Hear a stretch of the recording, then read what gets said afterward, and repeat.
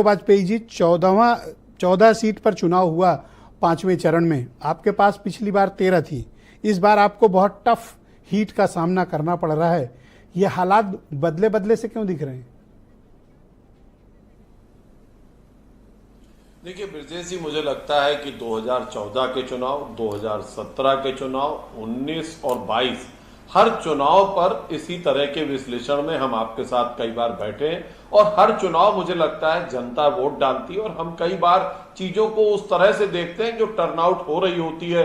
लोगों के अपने अपने व्यू होते हैं, विचार होते हैं, तमाम तरह के सर्वे आते हैं, लेकिन अंतोगत्वा लोगों का विश्वास मोदी जी और योगी जी पर बना हुआ है। मैं आपको पूरी जिम्मेदारी से कहना चाहता हूं, जो भी ये सारी बातें हैं डिबेट में, चर्चा में, अखबार में, ऐसी ही आती रही है लगातार 4 चुनाव में, और इस चुनाव में भी वही हाल है कि साहब ऐसा हो रहा है, यहां फाइट है, वहां फाइट है। सपा बसपा से बड़ा गठबंधन उत्तर प्रदेश में हो नहीं सकता था, जिसको पिछली बार भारतीय जनता पार्टी ने धूल दूसरित किया।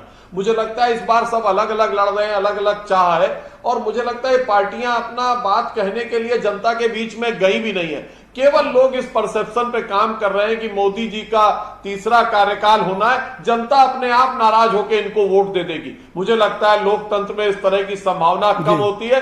आपको अपनी बातें, अपने इरादे, अपने कार्यक्रम लेकर जनता के बीच में जाना पड़ता है, अपना नेतृत्व बताना पड़ता है। ऐसा प्रतीत होता है कि आप ओवर कॉन्फिडेंट साउंड कर रहे हैं।